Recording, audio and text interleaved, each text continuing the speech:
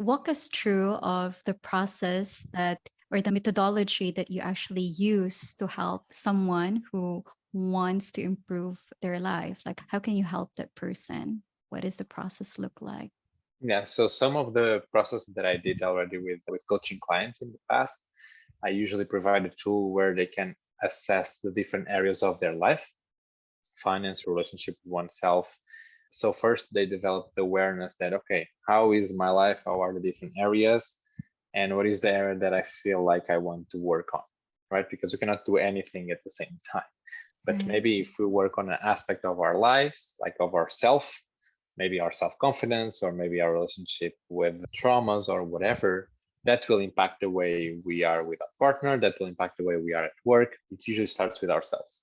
So you should start with that for develop the awareness to have a more higher perspective on what's going on and what that person wants to work on, because that usually helps them define a goal to work on. Then we narrow that goal, like we make that goal a SMART goal, okay, like specific, measurable, attainable, timely, and Mm-hmm. relevant, realistic. So we will really make it like really narrow down, really clean and achievable goal. And then the process is 7 sessions. Every 2 weeks we have a session usually. And in each session, we focus on having one step closer to the end goal. But each session is focused on one topic. Okay. So that would be like a process that I would use for someone who wants to change something in their lives, and that I've used in the past with people that wanted to probably improve their self-confidence or some way they are like acting in their lives and they want to be better.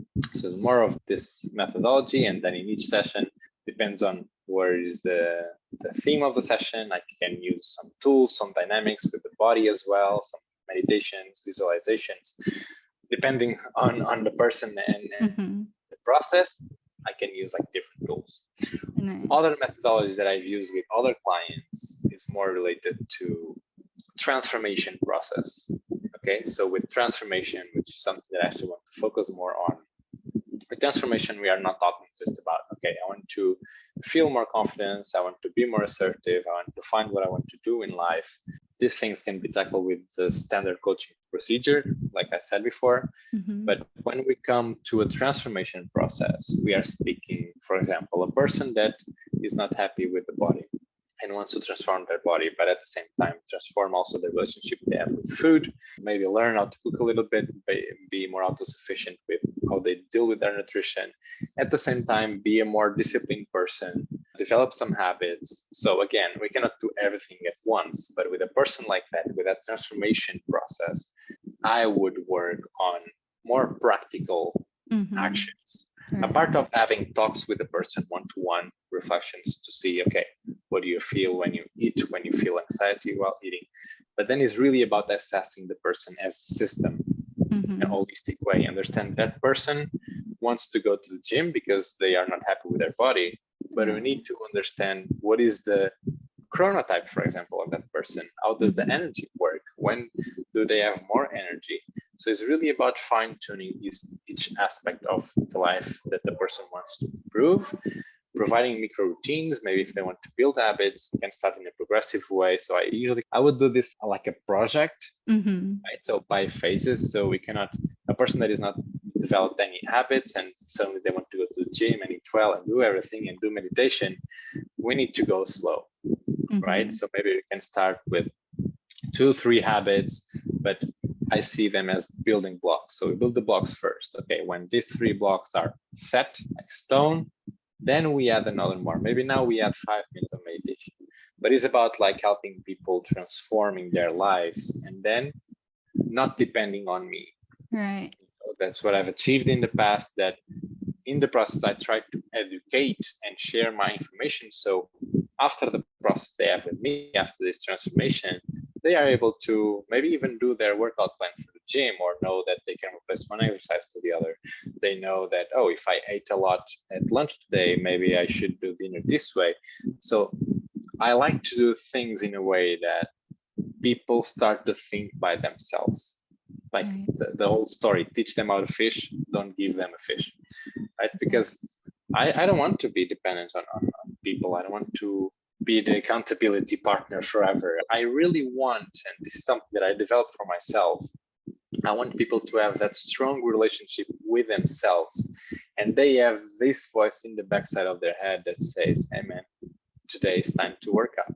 I know you don't want, but it's time. So I want them to develop this.